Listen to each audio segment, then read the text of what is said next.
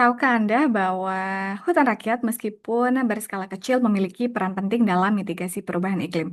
Perkenalkan, saya Siti Aminah Muslimah dengan NIM 21 garing 47891 garing KT garing 09564. Dan pada kesempatan kali ini saya akan mempresentasikan hasil penelitian skripsi saya yang berjudul Pengaruh Biogeofisik terhadap Simpanan Karbon Hutan Rakyat Jati di Desa Pacarejo, Gunung Kidul, Daerah Istimewa Yogyakarta. Indonesia termasuk ke dalam 10 negara penghasil emisi CO2 terbesar sepanjang 2023 dari sektor energi. Sementara itu, melalui dokumen Enhanced Nationally Determined Contribution pada tahun 2022, Indonesia menargetkan penurunan emisi sebesar 31,89% secara mandiri dan 43,2% dengan dukungan internasional pada tahun 2030. Hutan rakyat kini menjadi perhatian sebagai penyimpan karbon yang potensial, terutama di tengah krisis iklim global. Tegakan jati yang umumnya dibudidayakan oleh masyarakat berpotensi menyimpan karbon melalui biomasa dan tanah. Oleh karena itu perlu dikaji bagaimana faktor-faktor biogeofisik mempengaruhi simpanan karbon.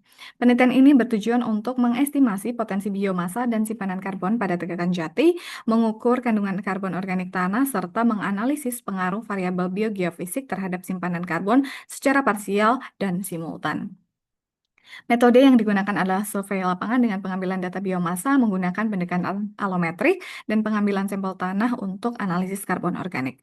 Untuk fisik, diambil data kelerengan, ketinggian, dan suhu. Analisis pengaruh menggunakan analisis regresi linear ganda.